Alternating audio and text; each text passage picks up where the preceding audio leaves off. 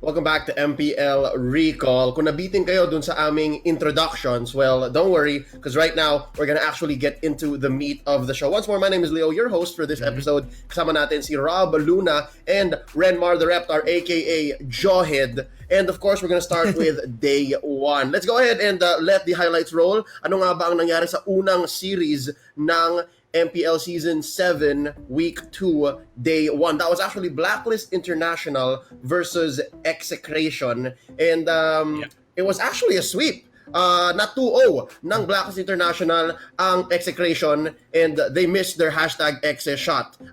Reptar, your thoughts?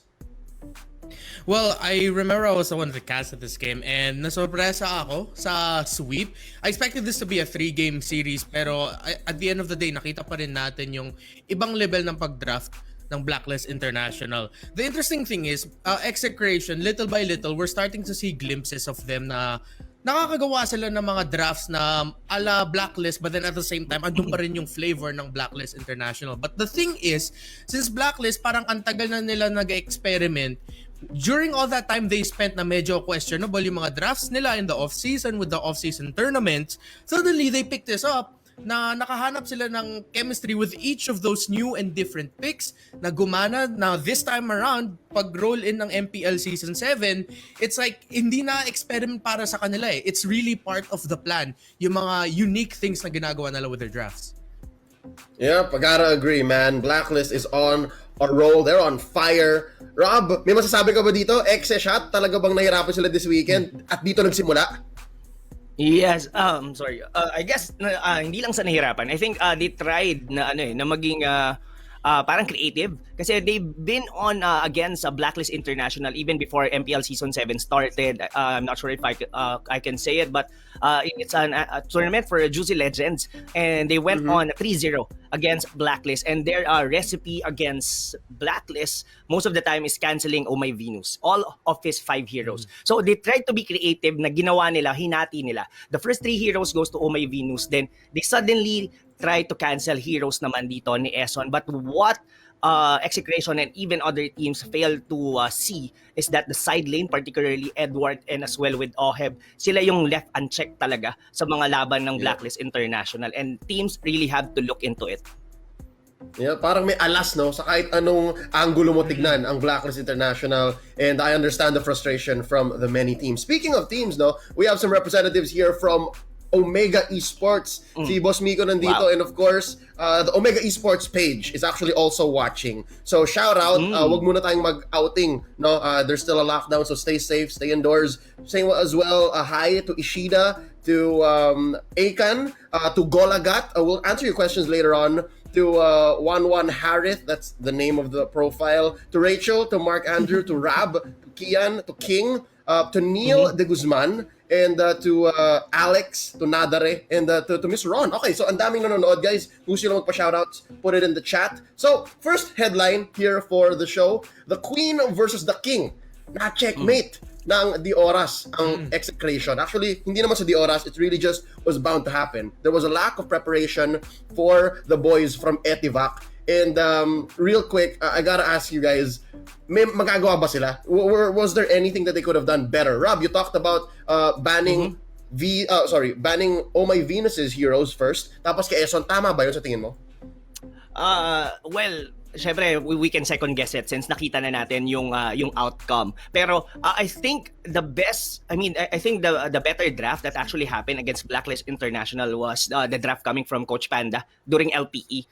So I think yun yung draft na deserve talaga to go against Blacklist. And syempre hindi lang natin makokontrol what actually happened on the LPE side on their boot camp since hindi nga sila magkakasama. Pero we can only say na if ever na magkakasama sila, probably a different result could have happened. Pero going dito naman with Execration and dito sa Blacklist, tingin ko kasi they're trying to they're not really trying to win the early game kasi the strength of Blacklist International right now is getting ahead on the very first or into mid-game. Laging early to mid-game centric type of draft ang ginagawa ng Blacklist International. And time again, even on Season 6, ito ang strength ng Blacklist International even with Bonchan and Dexter on the team itself. So I guess they really have to look into the early to mid game dito. Sabayan nila ang Blacklist International and not try to look into games na wherein you're looking for a very late game.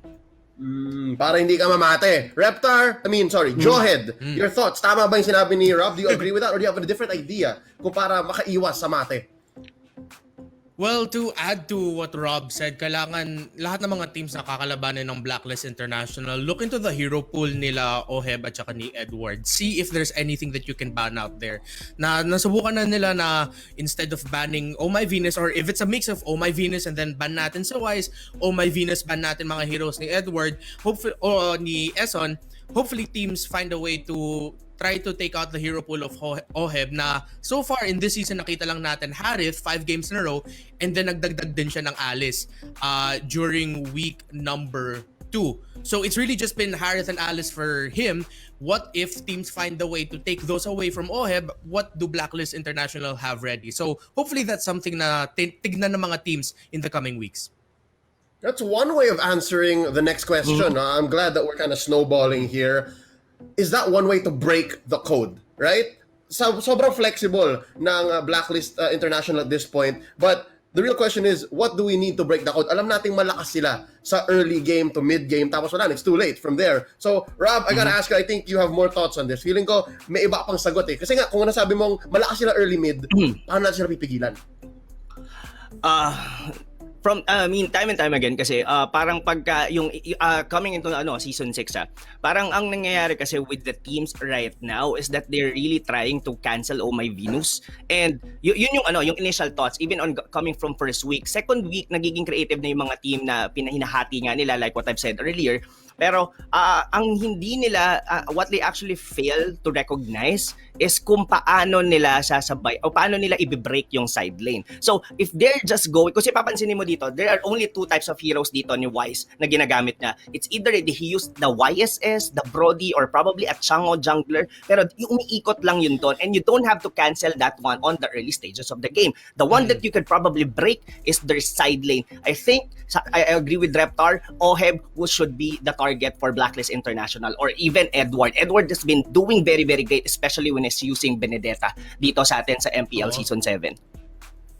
Okay. That's a very layered answer. Na para ang dami mong pwedeng gawin. And again, tama yung chat natin eh. People are saying, we brought this up all together. It's only Alice and Harith for the side lane. That's only Alice and Harith on your boy Oheb.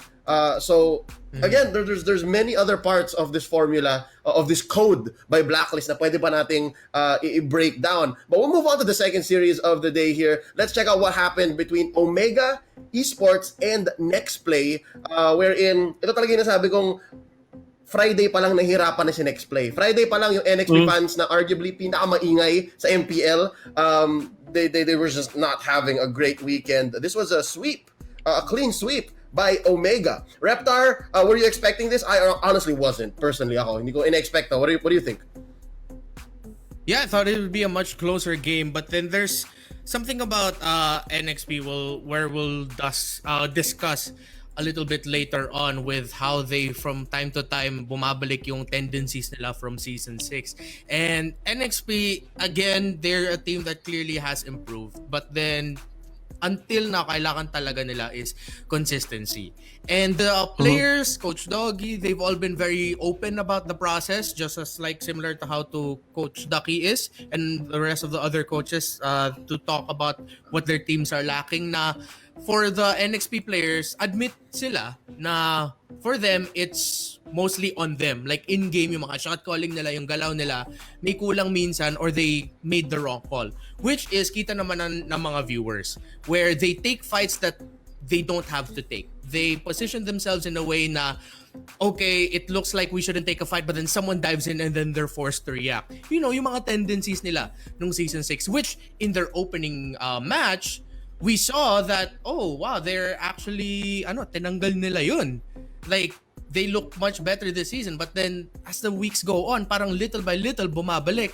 That's something that they have to be careful of, because if not, mawawala ulit sila. But if they can get the consistency to keep the things that they're doing right alive, then it's gonna be a good season for next play. Yep. Again, a sweep by Mm-hmm. Omega Esports. And Rob, the question is, simulan na natin to. Is Omega back? Mm-hmm. Does this win put them back in their prior shape? Na yung talagang, yung Omega na pinadala natin sa Singapore, yung lumaban on the Yeah. Philippines behalf. Ito na ba talaga yun?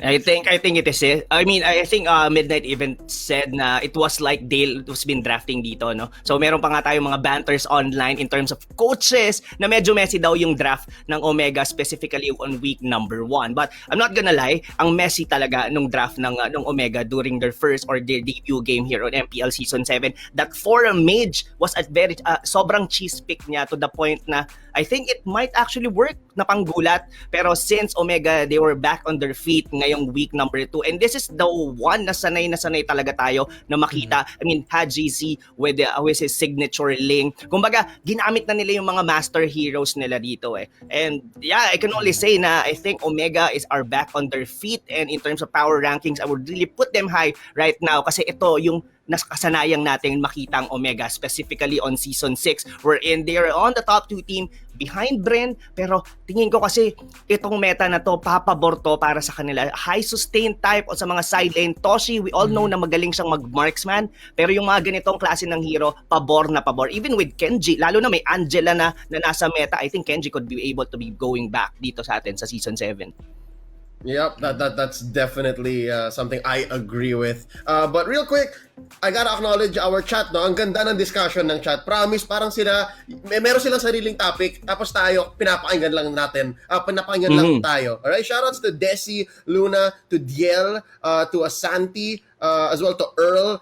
They're talking about how to shut down Blacklist, no? So mainit talaga yung topic kung bakit sobrang lakas ng Blacklist. They're trying to break the code themselves. But yeah, again, thank you guys so much. Very, very healthy discussion. Building on Omega versus NXP. Ang dami kong nakikita dito. It's micro versus macro and nalamangan ng XP dito. Ang NXP. It's really just the experience that this squad that hasn't changed over the years. Talaga, ito na yung Omega eh. Ito na yung SGD Omega. Ito na yung SGD that we've known for so long. It's the same 6 dudes for the longest time. So, tama ka dyan, Diela. I agree. But right now, there's another question that's looming over my mind. And Reptar, I'm sorry. I gotta put you on the hot seat.